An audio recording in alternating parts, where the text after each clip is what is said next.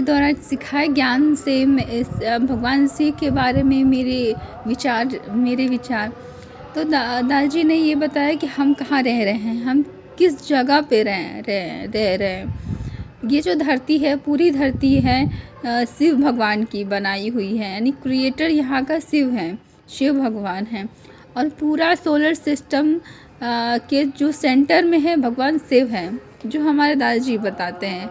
और इसके भी बियॉन्ड उनके जो क्रिएटर है महाशिव, उसके भी क्रिएटर परम महाशिव। तो ऐसे करके करके अल्टीमेट जो है निराकार परमपिता परमात्मा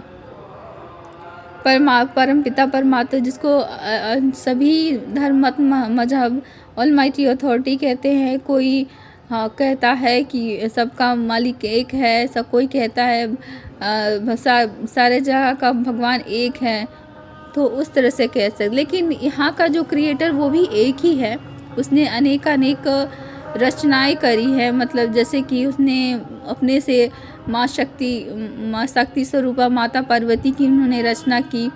उन्होंने माता पार्वती ने अपने में से शंकर भगवान को भी निकाला और फिर उसके बाद विष्णु भगवान का निकला। विष्णु भगवान की नाभि से ब्रह्मा जी निकले। ब्रह्मा जी ने 4 मानस पुत्रों की रचना की और 4 मानस पुत्रों की रचना की। इसके बाद नारद जी की भी रचना हुई और साथ में और मनु और शत्रुपा की भी रचना, जो परम पुरुष थे, जो इस धरती पर आए और इस सृष्टि को मनुष्य बहुत सारे मनुष्य सृष्टि शुरू हुई, जिसे आज हम पढ़ते हैं। वो मनु के नाम से एक किताब है, तो वो उसको पढ़ते, मनु की जो किताब मनु भगवान की जो किताब है, तो उसमें हम लाइफस्टाइल है कि कैसे अपने जीवन को जीना चाहिए।